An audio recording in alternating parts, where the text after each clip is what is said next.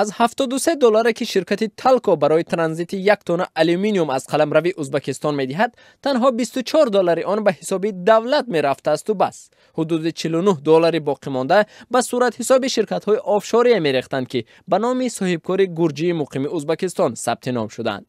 این خلافکاری‌ها در پی یک سنجش فعالیت ازبکستان تیمیر یولری شرکت راه آهن ازبکستان آشکار شدند. منبع آگاه از رفت تفتیشات روز 23 فوریه در صحبت با بخش ازبکی رادیو آزادی گفت از این داد و ستد دولت ازبکستان تقریباً 1 میلیارد دلار زیان دیده است.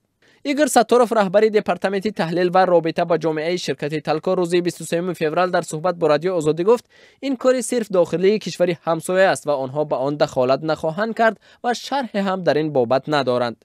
در همین حال ساتوروف گفت شرکت تولید آلومینیوم تالکو در تاجیکستان جانبدار همکاری در بارکشانی طریق راههای آهن ازبکستان هست.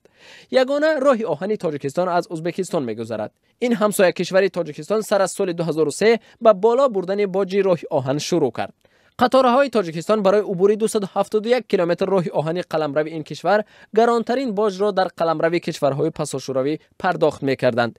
شرکت تالکو در سال 2003 برای کشانیدن 1 تن آلومینیوم 26 دلار پرداخت می‌کرد. عین زمان این نرخ تا به 73 دلار برای 1 تن گران شده است. قیمت کشانیدن گلخاک یک اشیاء خام مهم برای تولید آلومینی نیز از 13 دلار قبلی تا به 49 دلار گران شده است. برای قیاس تالکو برای کشانیدن 1 تن آلومینیوم در کشورهای دیگر پساشوروی قیمتی خیلی ارزانتر از ازبکستان را پرداخت می‌کند. تالکو از جمله در ترکمنستان 21 دلار، قزاقستان 17، آذربایجان و گرجستان 10 و روسیه 12 دلار می‌پردازد. ده‌ها مراتب گران شدن نرخ بارکشانی طریق راههای ازبکستان شرکت تالکو را وادار ساخت تا راههای آلترناتیوی بارکشانی را پیدا کند. تالکو عین زمان 70% و کارشریکانش تا 90% بارکشانی را طریق نقلیات اتومبیلی انجام می‌دهند.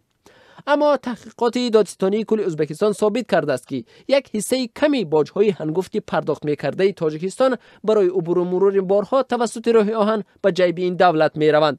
حمل و نقل بار توسط راه با میانه‌روی شرکت‌های اکسپدیتوری صورت می‌گیرد. با گفته همصحبت رادیو آزادی، تفتیشات در شرکت راه آهن ازبکستان تیمیر یولری آشکار کرد که بخش اعظمی باج راه آهن که تالکو پرداخت می‌کرد به صورت حساب همین شرکت میانه‌روی اکسپدیتوری می‌ریختند. از جمله از 73 دلار باجی که تالکو برای کشانیدن 1 تن آلومینی پرداخت می‌کرده است، 24 دلار آن به حساب دولت می‌گذاشتند. پول باقی مانده به صورت حساب شرکت آفشوری می‌ریختند که با دمیتری عبدوشلشویلی شهروند گرجستان و مقیم شهر تاشکند تعلق داشته است. جستجوهای ما نشان داد که با این گرجی تبار مقیم شهر تاشکند چند شرکت آفشوری از جمله لوتوس LTD، واندرمنت اکسپرس LPP لندن تعلق دارند.